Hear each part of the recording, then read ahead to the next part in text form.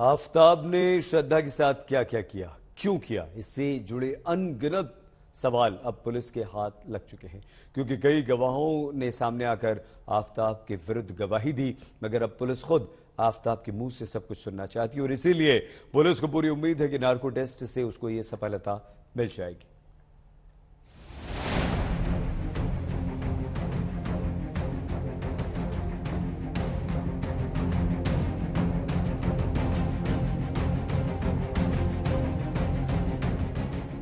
बेशक आफताब खामोश है, उसका चेहरा भी ढका हुआ है। मीडिया के कैमरे में कयासों की भरमार है, लेकिन पुलिस परेशान है क्योंकि श्रद्धा मर्डर केस अब उसके लिए इज्जत का भी सवाल बन चुका है।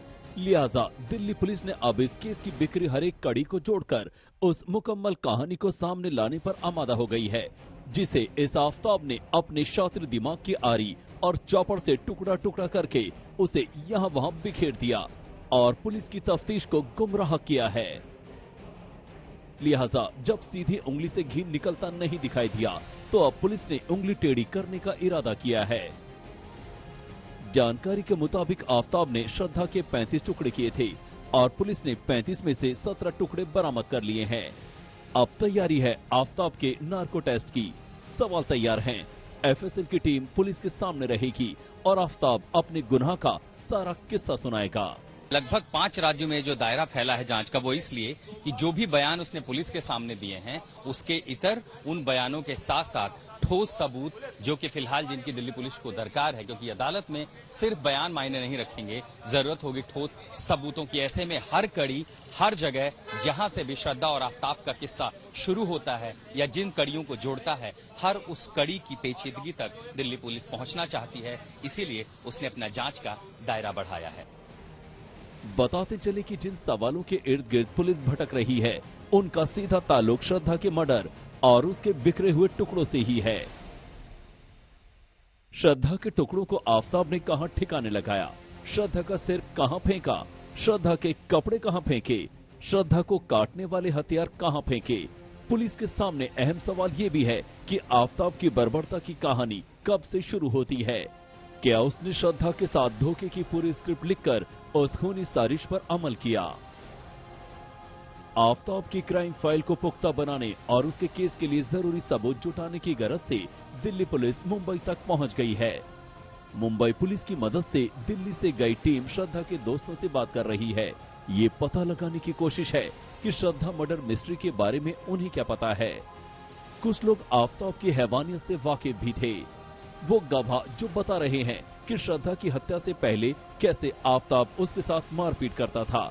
मुंबई के वसई पहुंची दिल्ली पुलिस ने श्रद्धा के कुछ दोस्तों और करीबियों से जानकारी जुटाई तो सच सुनकर रोंगटे खड़े हो गए।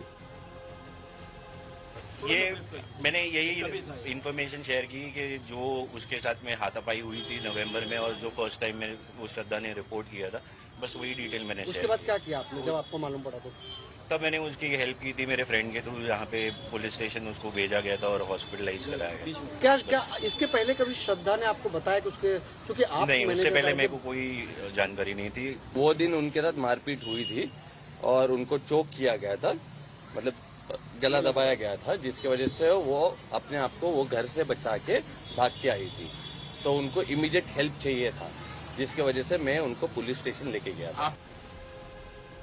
आफताब के जुल्म की कहानी बयान करने वाले कई और भी हैं। वो जानते हैं कि कैसे श्रद्धा आफताब के चंगुल में फंस गई थी और टॉर्चर सहकर भी खुद को अलग नहीं कर सकी। वो डरी हुई बहुत थी, वो ज्यादा डरी हुई थी। बोलते इतने मेरे को 3 से 4 बार मेरे पर हमला कर दूंगा, आत्मा मतलब मारने की बहुत कोशिश किया है। यहाँ तक कि एक बार ऐसा भी झगड़ा हुआ था जब उसने मुझे व्हाट्सएप पे ऐसा मैसेज करके बोला कि प्लीज यहाँ मेरे घर पे आ जा, मुझे बाहर लेके जा, अगर आज रात को मैं इसके साथ घर पे रही तो ये मुझे मार डालेगा। आफताब के बारे में हर किसी के पास अपने हिस्से की कोई न कोई कहानी मौजूद है जो हैरान भी करती है और दहराती भी है। अगर आप श्रद्धा को देखेंगे तो आप अपने आप जानेंगे कि श्रद्धा बहुत लाइवली इंसान थी, बहुत ज्यादा बोल्ड, स्ट्रांग, उसके अपने ओपिनियंस होते थे और ब्लंट थी वो।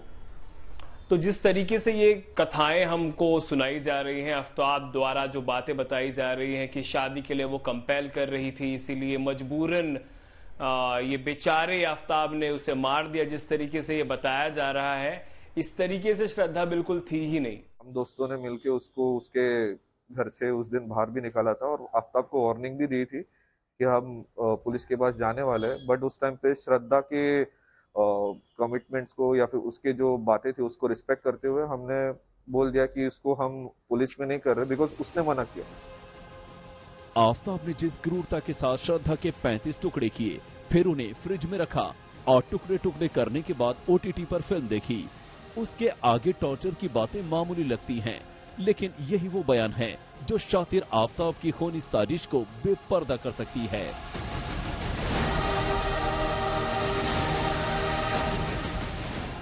मुंबई से पारस धामा, दिल्ली से हिमांशु मिश्रा और चिराग गोठी के साथ अरविंद ओझा, आज तक।